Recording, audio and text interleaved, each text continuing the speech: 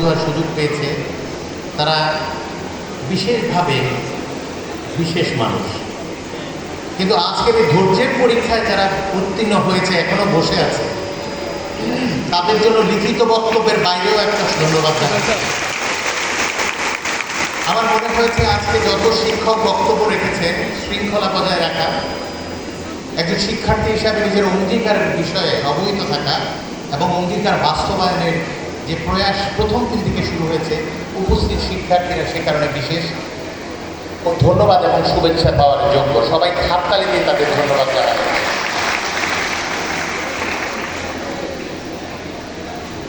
প্রধান অতিথি হিসাবে আমন্ত্রণ করে সম্মানিত করার জন্য সংশ্লিষ্টদের ধন্যবাদ জানাই। প্রিয় শিক্ষার্থীবৃন্দ, আলোচনা বড় করব না, কারণ যারা ধৈর্য সহকারে এখনো বসে আছে, কখন অনুষ্ঠান শেষ হবে তাদের প্রতি সম্মান প্রদর্শনের অংশস্বরূপ সংক্ষিপ্ত করে দেব। এবং সভাপতিকে বলবো 2 বাক্যে শেষ করার জন্য। আজকে বিশেষ একটা আনন্দের দিন, কিন্তু সন্দেহ নেই একটা অনুষ্ঠানের মাধ্যমে বরণ করছি, তোমাদের অভিনন্দন জানাচ্ছি। এবং আমি যেটা উল্লেখ করেছি, তীব্র এক প্রতিযোগিতামূলক ভর্তি পরীক্ষায় অবতীর্ণ হয়ে তোমরা দেশের স্বনামধন্য অন্যতম একমাত্র আবাসিক বিশ্ববিদ্যালয়ে ভর্তি হওয়ার সৌভাগ্য অর্জন করেছ। আমি তোমাদের কঠোর অধ্যবসায় ও অনুশীলনের এই ফলকে স্বাগত জানাই এবং সেই জন্য তোমাদের পরিবারের পাশাপাশি আমরাও অনেক অনেক আনন্দিত এবং গর্বিত। পাশাপাশি আজকের এই আনন্দঘন ও উচ্ছ্বাসমুখর পরিবেশে আমি গভীর শ্রদ্ধার সাথে স্মরণ করছি 2024 সালে জুলাই আগস্ট মাসে ফ্যাসিস্ট সরকারের বিরুদ্ধে বৈষম্য বিরোধী ছাত্র আন্দোলনে আহত ও সকল শহীদকে। তাদের আত্মত্যাগ আমাদের জন্য অনুপ্রেরণার উৎস, যারা আমাদের শিক্ষা ও মানবিক মূল্যবোধের পথে নেতৃত্ব দিয়েছে, যারা দেশের পাশাপাশি বিশ্ববিদ্যালয়গুলিতেও গণতান্ত্রিক সংস্কৃতির অনুশীলন করার প্রেরণা জুগিয়েছে, সাম্য ও ন্যায় প্রতিষ্ঠা এবং অন্যায় অনাচারের বিরুদ্ধে প্রতিবাদ করতে গিয়ে অকাতরের প্রাণ বিসর্জন দেওয়া শিখিয়েছেন। আমি 1971 সালের মহান মুক্তিযুদ্ধ এবং 1990 সালে স্বৈরাচার বিরোধী আন্দোলন সহ সকল প্রগতিশীল ও গণতান্ত্রিক আন্দোলনে যারা শহীদ হয়েছেন তাদের প্রতি শ্রদ্ধা নিবেদন করছি এবং সম্প্রতি ভূমিকম্পে নিহত ব্যক্তিদের গভীর সমবেদনার সাথে স্মরণ করছি। প্রিয় নবাগত শিক্ষার্থী বৃন্দ, আজ থেকে তোমাদের নতুন অধ্যায় শুরু হলো। এই অধ্যায়ের সকল সমাজকে তোমাদের নিয়ে যাবে অনন্য উচ্চতায়। এই বিশ্ববিদ্যালয়ে তোমাদের সকলের জন্য রয়েছে অপার সম্ভাবনার হাতছানি। তোমরা উন্মোচন করবে নতুন দিগন্ত, যেখানে তোমরা শিক্ষা, গবেষণা ও সৃজনশীলতার মাধ্যমে আত্ম উন্নয়ন করবে। পাশাপাশি তোমরা সকলে মিলিয়ে মানবিক মূল্যবোধ, সামাজিক দায়বোধ ও নৈতিকতার চেতনাও অর্জন করবে। আমাদের এই বিশ্ববিদ্যালয়ের অঙ্গনে উচ্চশিক্ষার সবটুকু আয়োজন তোমাদের জন্য সুনিশ্চিত করা হবে। এখানে তোমার আত্ম উন্নয়নের অবারিত সুযোগ রয়েছে। সকল সম্ভাবনা ও সুযোগ কাজে লাগানোর জন্য বিশ্ববিদ্যালয় এক বিরাট মঞ্চ। এই মঞ্চের শিক্ষক হিসাবে যথোপযুক্ত ব্যবহার করে নিজেকে দেশের যোগ্য মানব সম্পদ মাঠ হিসাবে গড়ে তুলতে পারে। প্রিয় নবীন শিক্ষার্থীবৃন্দ, একটি বিষয় অত্যন্ত গুরুত্বপূর্ণ, তা হচ্ছে আমরা দেখেছি শুধু মেধার চর্চা নয়, মেধাবীরা কী করতে পারে আমরা সম্প্রতি দেখেছি। আমি প্রায়ই বলে থাকি, মতিউর ব্যানার্জিরা অসম্ভব মেধাবী ছিল, তাই না? ছাগলকাণ্ডের মতিউরের কথা মনে আছে? কথা বন্ধ করে শুনতে হবে, প্রশংসা করেছি। আচ্ছা, আমি দেখি তোমাদের কথা শেষ হোক, পরে আমি শুরু করি। হ্যাঁ, শেষ হয়েছে। ছাগলকাণ্ডের মতিউরের কথা মনে আছে? এরা বিভিন্ন পরীক্ষায় প্রথম তৃতীয় হয়ে এই দেশ পরিচালনার দায়িত্ব নিয়েছে। এরা আমাদেরকে মেধা যে একমাত্র আরাধ্য বিষয় নয়, সেটা চোখে আঙুল দিয়ে শিখিয়ে দিয়েছে। মেধাবী মানুষের শুধু প্রয়োজন নয়, নৈতিকভাবে আলোকিত মানুষ প্রয়োজন। এই যে ছোট বাচ্চারা 7 বছর থেকে 30 বছর পর্যন্ত অসংখ্য শিক্ষার্থীর আন্দোলনের পুরো ভাগে থেকে স্বৈরাচার মুক্ত করেছে দেশকে, ফ্যাসিবাদ মুক্ত করেছে, এটা আসলে কিসের চেতনা ছিল? এটাই হচ্ছে অঙ্গীকার। আমরা একটা স্বপ্নের বাংলাদেশ গড়তে চাই। অভিভাবকরা অর্ধশত বছর ধরে প্রত্যেকেই দু একটি ব্যতিক্রম ছাড়া প্রতারিত করেছে। বারবারই ছাত্র জনতা জীবন দিয়ে সংগ্রাম করে স্মরণ করে দিয়েছে, আমরা এভাবে দেশ পরিচালনা চাই না। আমরা এই মতিউর ব্যানার্জিদের হাত থেকে দেশকে মুক্ত করতে চাই।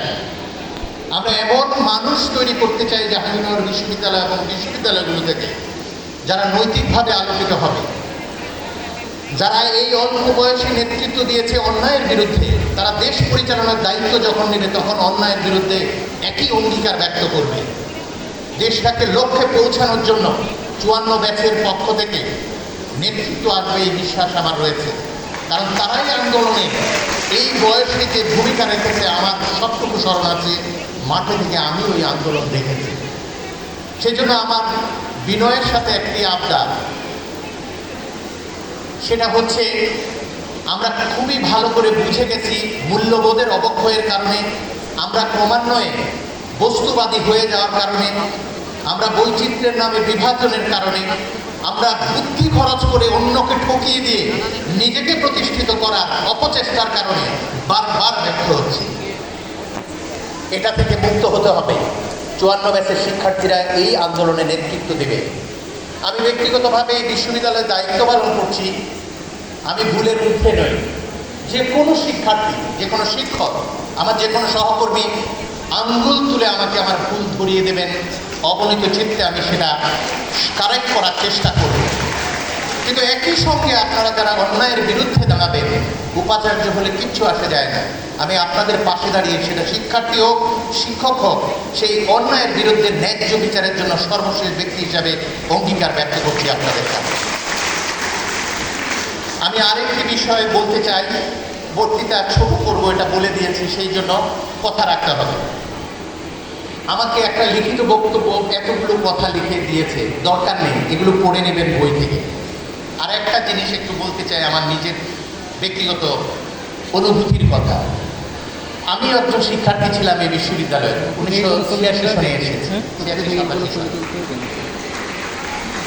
আমি প্রথম বর্ষে এসে ফিলসফি পড়া যাবে কিনা এই সংশয়ে 1 বছর প্রায় কাটিয়ে দিয়েছি।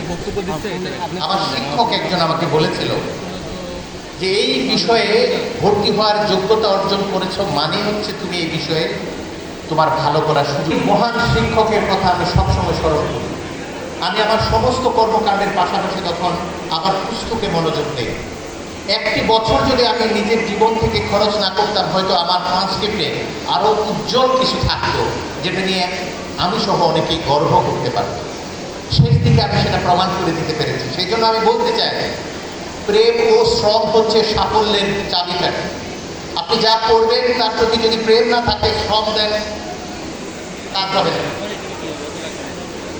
আর আপনার খুব ভালোবাসা আছে, আপনি জগতের সেরা চাহিদার সাবজেক্টে পড়লেন, কিন্তু আপনি অলস, পড়াশোনা করলেন না, আপনাকে দিয়ে কিছু হবে না। আমার মতো এরকম মধ্যম মানের একজন মানুষ, রীতিমতো বিভাগ শুনলে যেখানে নাচ শিক্ষা, সেখান থেকে আপনাদের অভিভাবক হওয়ার এত বড় একটা দায়িত্ব পাওয়ার একটা সংগ্রামকে আমি করিনি। ফলে আপনি যে সাবজেক্টে পড়েছেন, আপনি সেটার উপযুক্ত। আপনি যে সাবজেক্টে পড়ছেন, বিষয়ে পড়ছেন, এটা হচ্ছে আপনার যোগ্যতা। এবার আপনার প্রেম এবং শ্রম প্রয়োজন। আপনি দেখবেন অনেককে ছাড়িয়ে আপনি অন্য কোনো জায়গায়। আমার অনেক বন্ধু আছে ডাক্তার, ইঞ্জিনিয়ার, গুরুঙ্গামারিতে এখন কাজ করে, মেধার দিক থেকে আমার চাইতে দ্বিগুণ। আমি শুধু একটু চিন্তা করতে পারি যে বিষয়ে, সেই বিষয়ে পড়ার কারণে এত মেধাবী মানুষকে পাশ কাটিয়ে কোথায় যেন বিশ্ববিদ্যালয়ের শিক্ষক হয়ে গেছে। আমি শুধু তাই নয়, আপনাদের উপাচার্য হয়ে গেছি। তাহলে আপনাদের প্রতিজ্ঞা হচ্ছে এটা, আপনি যা করবেন তা বিশ্বাস করবেন, তা উপলব্ধি করবেন, সেটা সম্পর্কে ধারণা রাখবেন। আর সবচেয়ে বড় কথা হচ্ছে, শ্রেষ্ঠ মানুষ মানে বিনয়ী মানুষ। আমি সবসময় একটা কথা বলি, এবাদতের অহংকার করাও ভালো নয়। আপনারা দেখবেন মানুষ এবাদতকারী যখন অহংকার করে তাকে ঘৃণা করে। মানুষের সবচেয়ে বড় অহংকারের জায়গাটা হচ্ছে বিনয়। সেটা জ্ঞানের অহংকার যদি করেন সেটাও ধৃষ্টতা, কারণ জ্ঞান অবশ্যই চলমান একটি প্রক্রিয়া। আপনি যা বলছেন তারপরে আরেকজন বলতে আসবে। সেই জন্য আমি শেষ করব যে কথা বলে, বিশ্ববিদ্যালয় হচ্ছে অসম্ভব সুন্দর একটি জায়গা যেখানে আপনাকে চারদিক থেকে টানবে। আমাকে 1 বছর টেনেছে শুধু ক্লাসরুম এবং বই টানে, এবং যা মূল্য দেওয়ার আমি পুরোটাই দিয়েছি। আমাদের একজন শিক্ষক বলে গেছেন প্রথম বর্ষই হচ্ছে না, শিক্ষক নয়, আমাদের এজিএস বলে গেছে, কথাটা খুব ভালো লেগেছে। প্রথম বর্ষের ফলাফল হচ্ছে কি বিশ্ববিদ্যালয়ের ভালো ফলাফল করার সূচনা। এটাই নির্ধারণ করিয়ে দেবে আপনি পরে কি হতে চান। আমি এটা মিস করেছিলাম, কিন্তু আমার একজন শিক্ষক আমাকে পরামর্শ দিয়েছে কম করে যদি এত ভালো করা যায় বেশি পড়া তো খুবই দরকার। আমি এই জন্য সেই শিক্ষকের প্রতি শ্রদ্ধা রেখে সহপাঠী যারা ছিল, যারা আমাকে উৎসাহিত করেছে, তাদের প্রতি শ্রদ্ধা রেখে মনে করিয়ে দিতে চাই তোমাদের, এটা হচ্ছে একটি পদ্ধতি বিশ্ববিদ্যালয় যেখানে সৌহার্দ্যপূর্ণ সম্পর্ক শিক্ষক এবং সহপাঠীদের সাথে থাকতে হবে। এটা হচ্ছে এমন একটি প্রতিষ্ঠান যেখানে অনেকগুলো সুযোগ থাকে, খেলাধুলার সুযোগ থাকে, সামাজিক সাংস্কৃতিক খণ্ডকর্মের সুযোগ থাকে। এই সুযোগ সুবিধা প্রাপ্তির বিশ্ববিদ্যালয় হচ্ছে এটা। ফলে বিশ্ববিদ্যালয় শুধু একটি ট্রান্সক্রিপ্ট প্রডিউস করার জায়গা নয়, বিশ্ববিদ্যালয় হচ্ছে আপনাকে একজন ব্যক্তি হিসাবে বা মানুষ হিসেবে প্রতিষ্ঠিত করার জায়গা, যেখানে একাডেমিক কার্যক্রমের সাথে সাথে অন্য কার্যক্রমগুলো অত্যন্ত গুরুত্বপূর্ণ। আপনি খুব ভালো ছাত্র কিন্তু আপনি ভালো ব্যবহার জানেন না, আপনি খুব ভালো ছাত্র আপনি মিশতে জানেন না, আপনি খুব ভালো ছাত্র আপনার সিম্প্যাথি এমপ্যাথি নেই, কোনো না কোনো জায়গায় আপনি আটকে যাবেন। আপনি হয়তো ভালো রেজাল্ট করবেন, আপনি হয়তো শিক্ষক হবেন, কিন্তু শিক্ষকদের সেরা হতে পারবেন না। আপনি হয়তো শিক্ষকদের সেরা হবেন, মানুষদের সেরা হতে পারবেন। ফলে একটাই হচ্ছে শেষ কথা, মেধার সাথে মূল্যবোধের যে অবক্ষয় হয়েছে সেটা স্মরণ রাখতে হবে। 54 কি যেন বলেছেন আপনারা, 54 উত্তেজিত মেধা মনন নিশ্চিত করার লক্ষ্যে এটা থাকা উচিত। শুধু উত্তেজনা ভালো কিছু বয়ে আনে না। A car without brake is meaningless. A power without control is meaningless. শুধু উত্তেজনা সাফল্য দেয় না। একটা ইতিবাচক পরিবর্তনের জন্য উত্তেজনা ইতিবাচক ভূমিকা পালন করবে। ফলে একজন শিক্ষার্থী হিসাবে আপনারা যেমন সফল হবেন, আমি তার চেয়েও বেশি প্রত্যাশা করি একজন মানুষ হিসাবে সফল হন। এবং